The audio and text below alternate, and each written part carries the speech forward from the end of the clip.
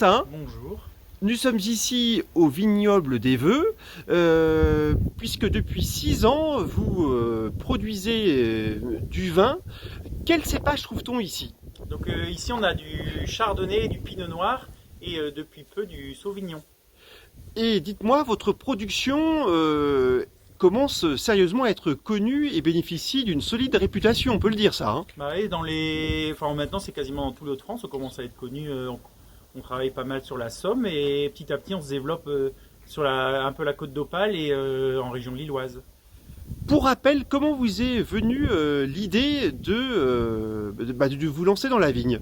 Donc en fait l'idée, j'ai un oncle qui est vigneron et œnologue qui a grandi sur cette ferme-là et il nous a toujours parlé de la parcelle sur laquelle on a planté des vignes, comme quoi cette parcelle était idéale, coteau argilo-calcaire exposé plein sud pour planter de la vigne.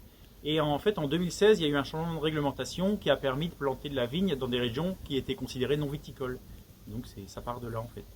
Et cette année, grande nouveauté, une machine qui se situe près de vous et qui est très Ouais. utile pour la vendange.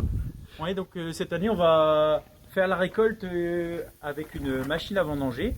Donc le principe de la machine à vendanger, en fait, on a des barres, des battes qui font vibrer la vigne, et donc qui vont faire décrocher les raisins. Et ensuite, les raisins vont être amenés dans des tapis sur lesquels il y a des aspirateurs qui aspirent. Il y a 4 aspirateurs qui aspirent les feuilles et les débris. Et ensuite, les raisins arrivent dans des bacs en inox situés latéralement à droite et à gauche de la machine. Avec à la clé une vendange plus efficace. C'est ça, en fait, on récolte sur un plus court laps de temps et donc ça permet vraiment de viser une maturité optimale pour nous. Et donc ici, comme on a fait le choix d'avoir notre propre machine, vraiment c'est le pressoir qui décide de la vitesse de récolte. Et donc la machine, elle est 80% du temps à l'arrêt en fait. Mais ça permet de garantir la qualité du raisin. Et cette année, combien de bouteilles envisagées? Bah, par rapport aux premières estimations qu'on a fait, on devrait faire autour de 28 000 bouteilles.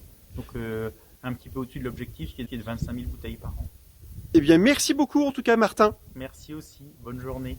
Merci.